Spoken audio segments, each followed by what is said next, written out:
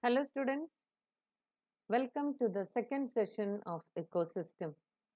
In the previous session, you have learned about ecosystem, its types, structure and two of the functions.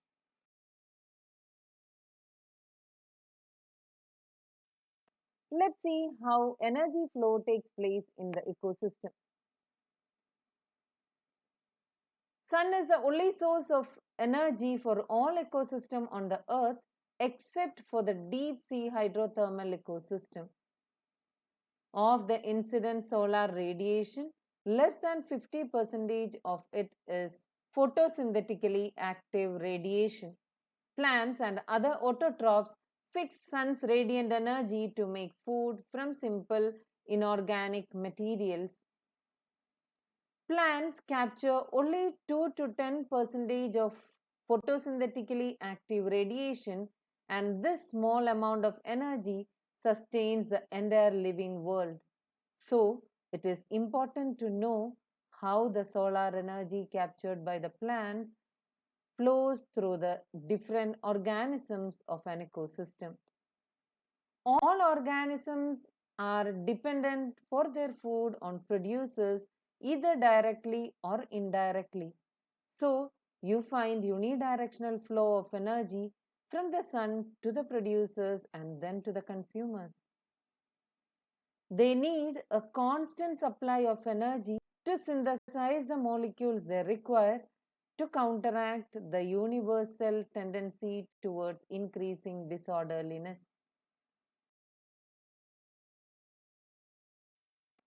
The green plant in the ecosystem are called producers. In a terrestrial ecosystem, major producers are herbaceous and woody plants. Likewise, primary producers in an aquatic ecosystem are various species like phytoplankton, algae, and higher plants.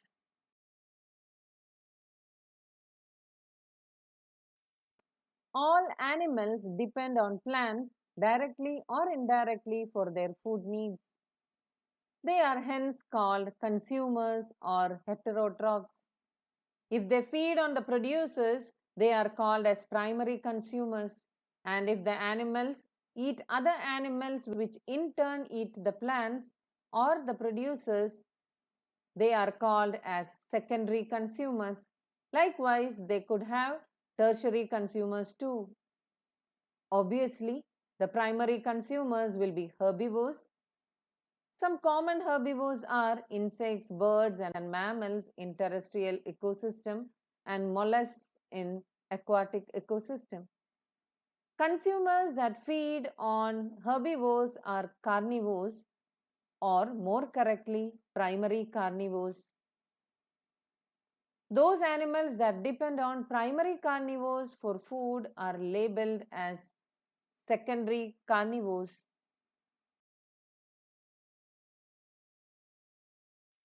You have learned about the food chains and food webs that exist in nature. Starting from plants, food chains or rather food webs are formed such that an animal feeds on a plant or on other animal and in turn is food for another. The chain or web is formed because of this interdependency. No energy that is trapped into an organism remains in it forever.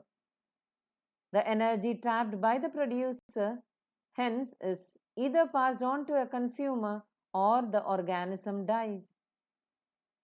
The death of organism is the beginning of detritus, food chain or food web. Let's see a very simple grazing food chain. Grass is a producer which is eaten by goat and goat is eaten by man. Goat is a primary consumer which depends directly on the grass. Man is a secondary consumer which indirectly depends on grass. The detritus food chain begins with the dead organic matter. It is made up of decomposers which are heterotrophic organisms, mainly fungi and bacteria. They meet their energy and nutrient requirements by degrading dead organic matter or detritus. These are called as saprotrophs. Decomposers secrete digestive enzymes that break down dead and waste materials into simple inorganic materials which are subsequently absorbed by them.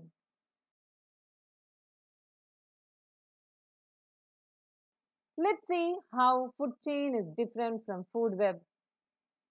The transfer of energy from the producers to top consumers through a series of organisms is called food chain. While a number of food chains are interconnected with each other, forming a web-like pattern is called food web. One organism holds one position in food chain, while one organism can hold more than one position in food web.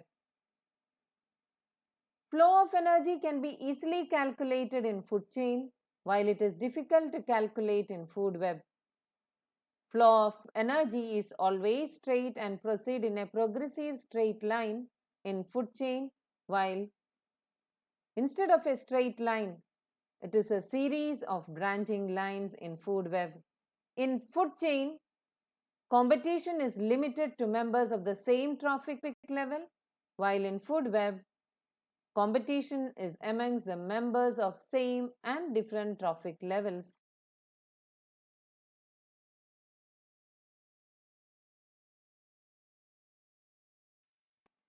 Organisms occupy a place in the natural surroundings or in the community according to their feeding relationship with other organisms. Based on the source of their food or nutrition, organisms occupy a specific place in the food chain that is known as their trophic level. Producers belong to the first trophic level. Herbivores or primary consumers belong to the second trophic level, and carnivores or the secondary consumers to the third trophic level.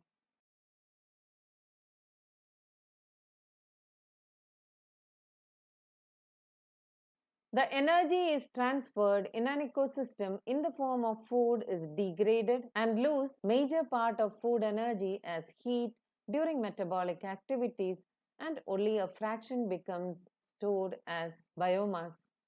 The amount of energy decreases at successive trophic levels. When any organism dies, it is converted to detritus or dead mass that serve as an energy source for decomposers. Organisms at each trophic level depends on those at the lower trophic levels for their energy demands.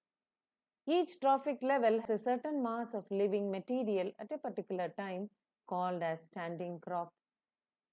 The standing crop is measured as the mass of living organisms or the number in a unit area. The biomass of a species is expressed in terms of fresh or dry weight. Measurement of biomass in terms of dry weight is more accurate. The number of trophic levels in the grazing food chain is restricted as the transfer of energy follows Lindeman's 10% law. That is, only 10% of the energy is transferred to each trophic level from the lower trophic level. In nature, it is possible to have so many levels: producers, herbivores, primary carnivores, secondary carnivores in the grazing food chain.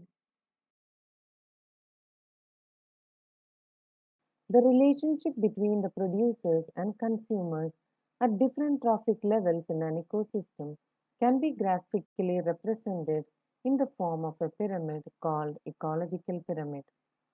The base of the pyramid always represents the producers or the first trophic level, and the apex represents the top level consumer or the last trophic level. There are three types of ecological pyramids. They are pyramid of numbers, pyramid of biomass, and pyramid of energy.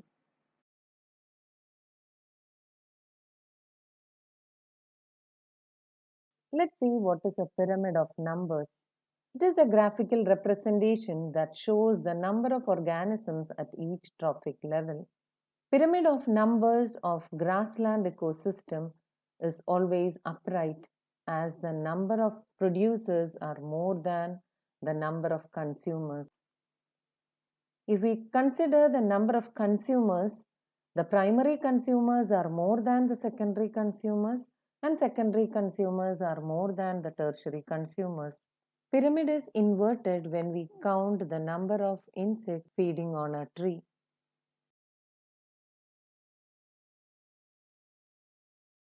A pyramid of biomass is a graphical representation of biomass present in a unit area of various trophic levels.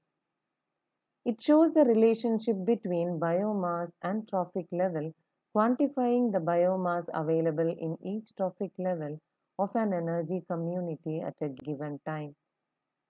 It can be upright in the case of grassland ecosystem and inverted in the case of an aquatic ecosystem. Pyramid of biomass is inverted in an aquatic ecosystem because the biomass of fish far exceeds the biomass of phytoplankton.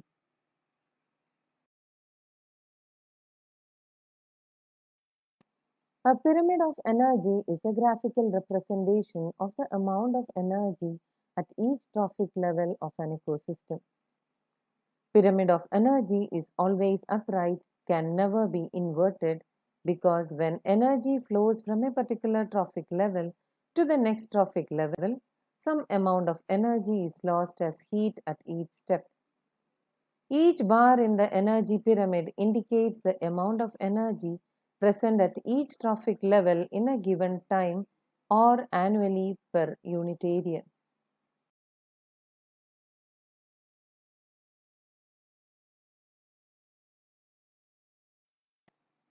There are certain limitations of ecological pyramids. It never takes into account the same species belonging to two or more trophic levels.